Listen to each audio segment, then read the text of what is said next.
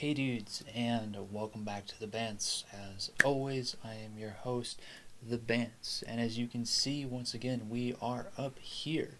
But no, this is not another Designer Toy Tuesday. It is, in fact, finally a What's Happening in Fashion best of the month, except this time for the month of June. Now, first off, for those of you who have been around a while, I am sincerely sorry it has taken this long to get back to this series. But for those of you who are new to this channel or to this series, it's basically how it sounds. Basically, we condense all the what's happening in fashions from a specific month, obviously this time the month of June, narrowing it down to our three major categories as per usual, that being art, fashion, and the articles at the end of every video, and just showing off and going into a little bit more of the favorites. So without further ado, let's get started on our art stories for the month. So first up, and once again, I just wanted to give one last major props to the Palms Casino in Las Vegas for their just insane amount of new art they put into the refurbishing of their casino. With everything from up-and-coming artists like Felipe Pantone to really well-known street and graffiti artists such as Kaws and Revoke, and even world-renowned artists such as Damien Hirst, all having different pieces and sculptures pretty much strewn throughout the entirety of this hotel. Doesn't matter if it's behind the front desk, in a bathroom, or even at a bar in a casino or a restaurant. There's just a ton of art to find and search for, and if you happen to be in Las Vegas anytime at all in the near future, or anytime in the future really, it's definitely worth checking out. And hey, it's also a free activity to do in Las Vegas, so why not? Then we had Katharina Grosse's Prototypes of Imagination exhibit, which just gorgeous. I mean, the amount of just vibrance of colors in these pieces, and don't worry, you'll get tired of hearing that very soon. Mixed with just the different styles of brush techniques and just the kind of elements that the paint bring along, whether it's cut short or drips along the canvas in these pieces. Plus that cloth mural, that's really the highlight of this show, just as stunning as well. And as I said before, I'd love to see a fashion designer get their hands on something like this, because it would just make for some really beautiful fabric and in turn some very beautiful clothes as well. Up next we had the interview slash overview with the juxtapose of artist duo Kai and Sunny, and this is just one of those things I absolutely adore about art. Just the idea of taking something so simple, in this case just a couple of different colorful lines, and just through repetition and just a little bit of creativity, making them into just something more whole and complete, and really, no pun intended, some amazing works of art here. It's just incredible, and for somebody that really loves the concept of taking something so minimal and maximizing it, I mean, just kudos to the duo here. They did a fantastic job doing just that. Then we had a look inside the studio of Collin Van Der Sluijs, and I just love the creativity of these pieces, starting with this kind of idea or concept of a more kind of classically inspired painting, and then just throwing a whole bunch of different abstract ideas on top of it, whether it's just historically classic abstract, cubism, patterns, paint drops, whatever. Even some other types of really kind of finite, intricate detailing in some of these works. Just the hybrid of so many different ideas here makes for some really interesting works, and definitely a shout out to him. Definitely some of my favorites this month. Then we had all of the newest works by Michael Reeder, and these pieces are just as interesting as they are intricate. As we've seen done by many other artists over the last couple months, this idea of layering different types of art and patterns and styles and textures over one another, done in such a kind of vibrant and playful style, really makes for some just eye-catching and beautiful pieces, and definitely some of my favorite layered art that I've seen in a long time here. Then Juxtapose had another interview slash overview, this time with the legendary graffiti duo brothers Gemenos, and first off, if you don't know anything about the two, definitely check out this article. It's a very nice in-depth to more about the two and just kind of going up to where they are now. But then aside from that, if you haven't ever seen their art before and you're not interested in the interview, still check this out. As far as graffiti goes, their work is definitely some of the more creative and just mind-blowing in both kind of ideas and color that you'll probably ever see. So whether you're interested in learning about them or just seeing their works, highly recommend checking this out. Then we had the newest paintings from Alicia McCarthy, and I'm probably going to get a little bit of shit for this, but I think these are probably some of my favorite for the month. The reason goes back to, once again, the same thing I said with Kai and Sunny's works. It's just taking this very, very simple idea, once again lines, but this time done in a completely different style, much less maximalized, much more toned down, I guess you could say, much more kind of gritty, kind of hands-on feel, and it's super simple, but it just fucking works, and I absolutely love it. Although I do totally understand if you might not feel the same way. But if you are a fan of that much more kind of simple yet still very good, in my opinion, abstract art, definitely check this out as well. And lastly, we had the newest works by Brendan Monroe. For as many different times as I highlight different painting methods and styles on my videos, one thing I love probably more than anything is people who really use different mediums in their works of art. Whether it's paper crafting, wood sculptures, the use of different yarns and other thread materials. This here, Brendan Monroe's work, is a completely different boat altogether. Because even though, yes, these do look like maybe some really nice, clean, minimalized watercolor pieces, they are actually all, in fact, ceramic wall hangings. And I really do think that's some of the beauty in his work here, just the fact that he's able to take one idea through a medium that he enjoys and make it look like something completely different. And I mean, in the end, that's kind of what the premise of art is in general, if you want to kind of wax poetic about it, I guess. But with all that said, definitely check out all the artists on the list here. All very worthwhile, especially if you're a fan of more abstract and bright colors, because, I mean, that's what I'm into, so if you enjoy that too, definitely worth checking out. Alright, and now with our art stories done, let's move on into our fashion stories for the month. And in our first story, I just wanted to once again give a huge shout out to Ralph Lauren for 50 years of his eponymous label.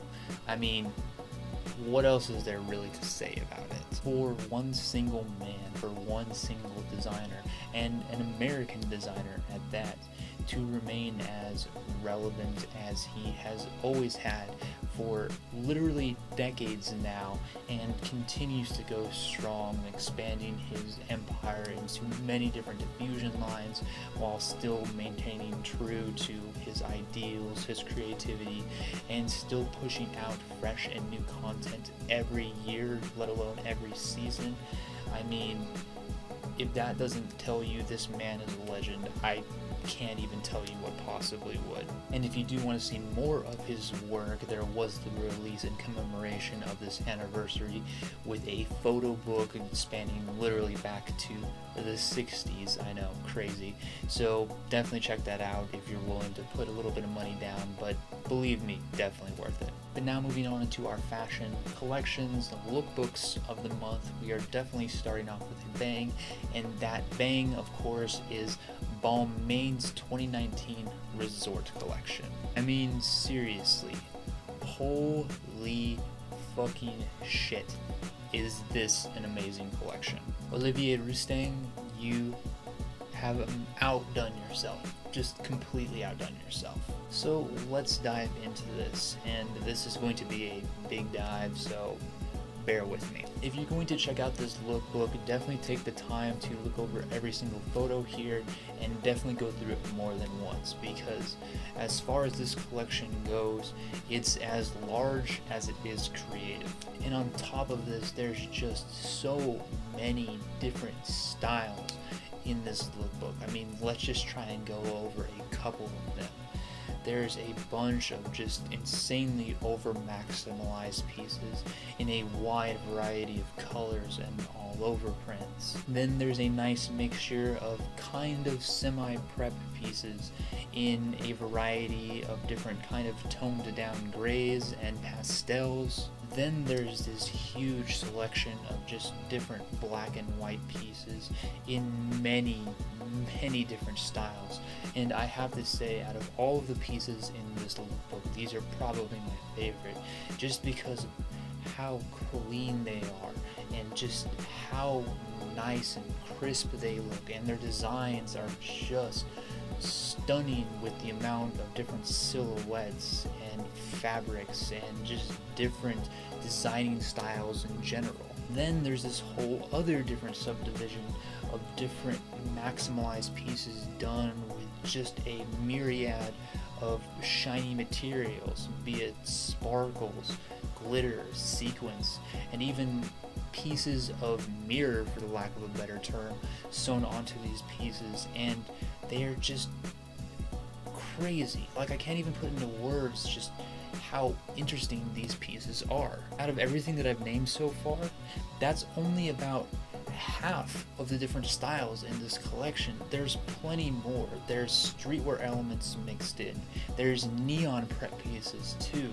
And there's even a whole selection of more classic menswear pieces among others. Yes, there's even more than everything I just mentioned. It's just fucking crazy. I can't explain how in-depth and intricate this entire collection is. I mean, if you had taken one single subgenre out of this collection and made that its own separate collection, every single one of them would have been fine. This really could have been multiple seasons worth of fashion, and it's all condensed down into one single collection, and it's just fucking mind-blowing.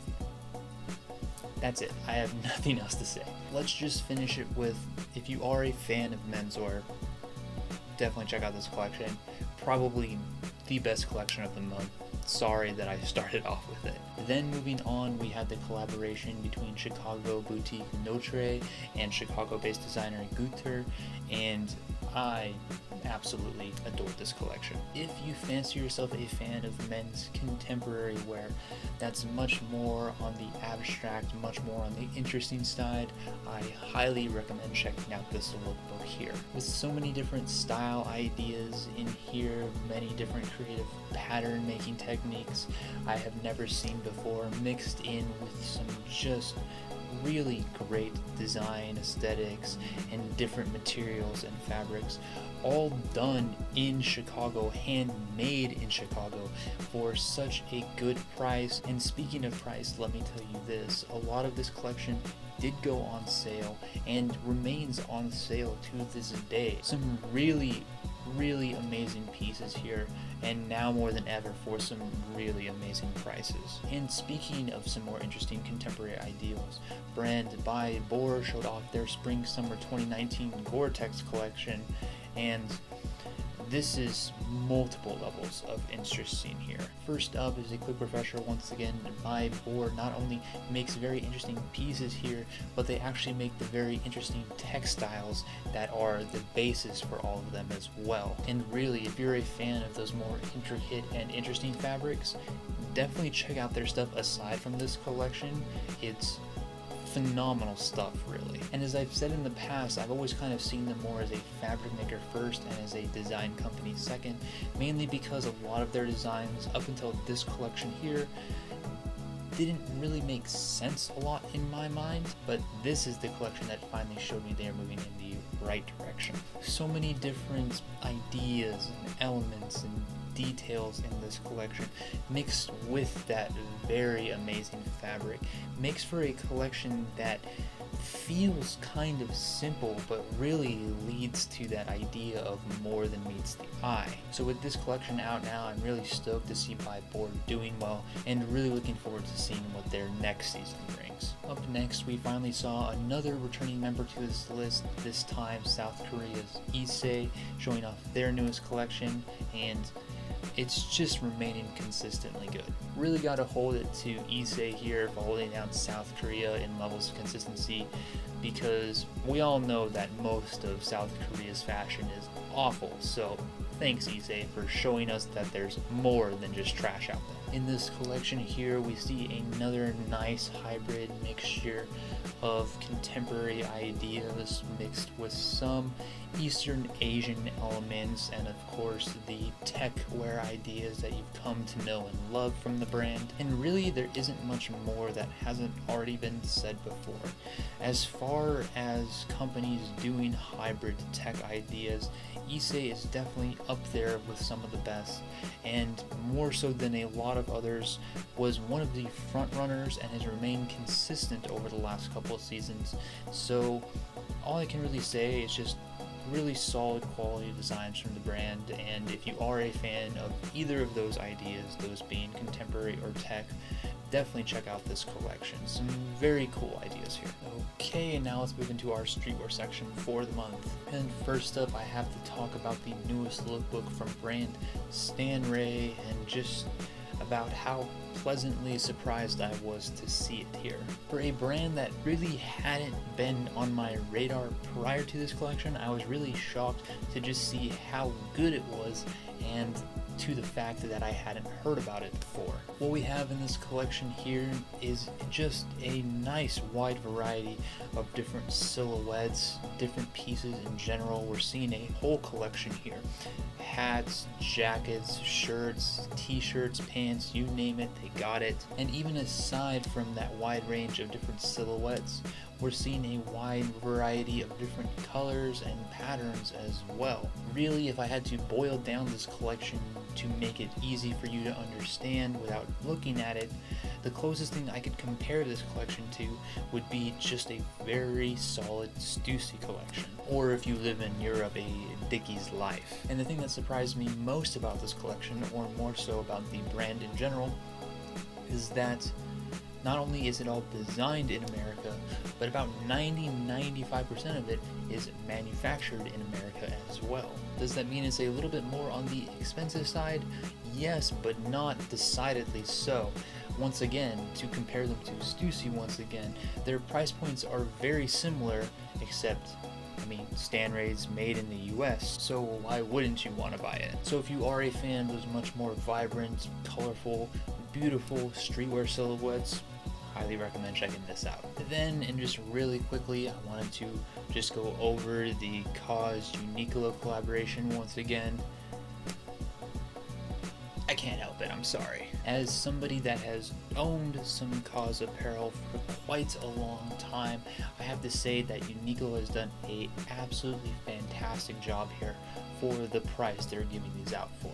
But once again, this is a graphic t-shirt collection, and this is Kaws, and when it comes to those two things, what better match made in heaven is there? All I can say is just pick some of this up if you enjoy it. For the price, there's really no reason not to. And finally, I wanted to end our fashion section with two brands that are absolutely killing it out of Jakarta, Indonesia right now, both of which could definitely use a little bit more recognition. The first of which is the brand Dominate Jakarta. And I have to say, I absolutely love this collection they have here. Going over this lookbook, you'll definitely get a lot of influences from other Asian streetwear brands out there.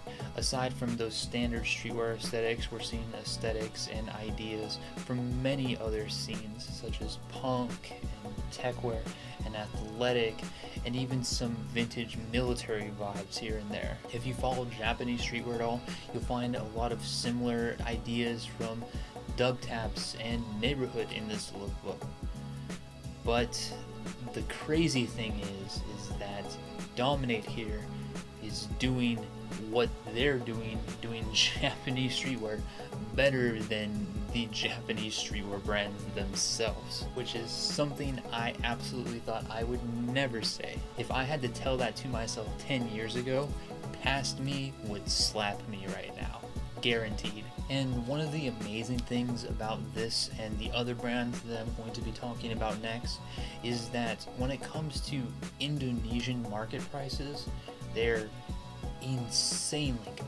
I mean, we're talking probably a third to a quarter of what you'd pay for the Japanese brands. Instead, for quality that's not as good, but definitely justifiable at its price point. The only really downside here is that from what I've seen, you can really only order these pieces off of their Instagram right now, so unfortunately it is what it is, but I really hope to see this brand expanding in the future. And lastly, and definitely not least, I've talked about them plenty of times before, and every single time, including this time, they deserve to be on this list, and that is, of course, the newest collection from Elhaus. Whether you're a fan of those vintage military styles, techwear ideas, workwear ideas, even some of those classic menswear ideas, but you like all those and wish they were all hybrided, mixed, and muddled together, then this is the brand you've always been looking for. But if there's one thing that they've always done better than taking different design ideas and styles and mixing them together, it's their patchwork. Holy fuck, is their patchwork insane. Not only are they taking those concepts from all of these different ideas and putting them together into these patchwork pieces, but just the amount of detail that goes into these pieces, be it in a zipper, a button, just even in the fabric they choose, which by the way is all very interesting stuff, make for some just gorgeous pieces and really blow many other, probably 99% of any other patchwork brands out there out of the water, just completely. And you know how I said before that their pricing was pretty good? Well, even their most intricate, detailed patchwork jacket here sits around $150 USD. That's incredible. It's fucking incredible. So definitely check out both these brands. Both deserve a lot more eyes on them than they currently have, and I cannot wait to see what both brands come up with over the next year. Alright, and finally let's move on to our articles for the month. And first up, Fashionista put out a very nice article about how fashion brands are able to continue designing without a head designer involved. And they talk about a bunch of different brands. They talk about Levine and Celine, Burberry, just to name a few, kind of going over the different creative teams behind the brands while there's transitions or maybe not even a designer in the near future. And it's a very interesting article if you're kind of interested in the more behind the scenes work of the fashion industry. Then the New York Times put out a very interesting, albeit bizarre article, kind of talking about how among kind of people that have very large wardrobes or a lot of money to spend on fashion, how it's becoming kind of trendy to downsize their collections. I know it kind of sounds bizarre, but you kind of have to read this article to understand it. They basically talk to a couple of different people who've been pretty much blowing money on fashion for years, if not decades, and kind of just their thoughts on everything they've amassed so far and what they kind of want to do with it. It's a very interesting read, and as I said before, a kind of weird read, especially if you're kind of looking up rather than looking down, but even so, definitely worth checking out. Then Heddles put out two histories of that I felt were definitely worth reading, the first of which being Ralph Lauren's subline at RRL, which I think is a fantastic line, and if you're going to learn a little bit about any of his sublines, it should definitely be this one. And the second of which is definitely one of my favorite brands, definitely top 3, and that is the Japanese brand Capital. Really interesting brand and definitely worth reading about the history of them too, just based on how interesting all their clothing is. And in an attempt to discredit what I said earlier, Highsnobiety put out an article of their top 10 emerging South Korean brands that you should know about. So if you're interested in learning a little bit more about kind of the, I would say too personally, better South Korean fashion out there, I definitely check out these. Then website Shoegazing put out a very interesting article on the disassembly of the bespoke shoe. I will admit that there isn't much meat to this article. It is a bunch of pictures mostly, but those pictures do have a nice amount of captions underneath, kind of giving you an idea of what's going along in the process here as shoes are made or refurbished or repaired or whatever. And all I have to say is that if you are a fan of learning about really the inner workings of cobblery, then definitely check this out. It will be right up your alley. Then website The Talks sat down for an interview with designer Umit Benin for a very kind of humbling interview, one of the more interesting ones that I've ever seen out of a designer. Basically because he kind of goes over the ideas of what it's like to burn out as a fashion designer in the industry, or what it is to not be one of the most or even one of the more famous fashion designers in the industry. And they go into a lot of just different concepts here about much more of the darker side of being a fashion designer, and I think it's very interesting and very worthwhile to learn about if you're planning to go that route, or even if you're just a fan of fashion at all and want to know a little bit more about the inner workings of the industry. Then Fashionista put out another interesting article, this time on what it means to be a fashion archivist, kind of going over what a fashion archivist is, what they are, even interviewing some that kind of give you an idea of what it's like from brand to brand. And especially if you didn't know about this position prior to this article, definitely a very eye-opening experience and definitely a very interesting article worth reading. Then Fast Company brought to light H&M's newest idea, and that was collaborations with influencers. And I think this is bizarre, but it does make sense too. I do think that it was definitely worth attempting, and we're not just talking like any influencers, we're talking like high profile YouTubers and Instagrammers that H&M will be collaborating with for now and in the future possibly. And I think it's, especially if you're planning to go into the fashion industry or especially on the business side, worth reading this article, mainly because it kind of shows how social media has really changed a lot of stuff, especially in fashion, and just kind of how the fashion industry is evolving as a whole. So once again, check this out as well. Then Hypebeast sat down with the people behind Martine Rose to give a very interesting look at what it means to go through a runway show, going through some of the design process, the build up, and then to the show itself. And if you've never kind of had a chance to see a documentary on a fashion show at all, or don't know anyone who's ever done one, I think this is a great introduction, and especially if you're going into that type of fashion, worth reading as well. And lastly, Hedels did one last history of, this time on everybody's favorite accessory, the bandana. So if you want to learn a little bit more about the history of that, definitely check this out as well. Alright, and with that, we reached the end of our What's Happening in Fashion Best of the month of June.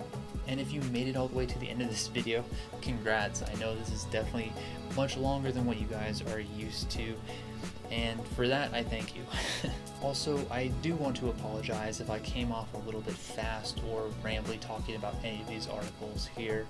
I'm a little bit rusty as I haven't done one of these in about 5 months, and besides that too, I've changed up the format a little bit since then, so I'm kind of playing with new ideas, so forgive me, they will be a little bit more clean in future videos. And speaking of future videos, I'm going to be trying to actually catch up over the next couple weeks, so be expecting maybe a couple more What's Happening in Fashion Best of the Months over probably the next 2, 3, 4 weeks until I can finally catch up to November. I can't guarantee anything, but I'm going to try my hardest, so be on the lookout for those. And as always, if you are new to the channel, we do these What's Happening in Fashion videos twice a week, at the beginning and end of the week, plus another occasional video like this one here and there. So if you're interested and want to see more, feel free to subscribe. Otherwise, if you just have any questions, comments, concerns, or even just want to talk fashion in general, feel free to hit me up in the comments. I am always willing to talk fashion. And because I want to do this out of order for some reason, if you guys do want to check out some of the articles I talked about today, or check out some images from lookbooks I wasn't able to include, I've linked everything in the description down below. And thank you all once again for watching these videos and supporting my content. I will probably see you back with another Best of the Month very soon, so until then, until next time.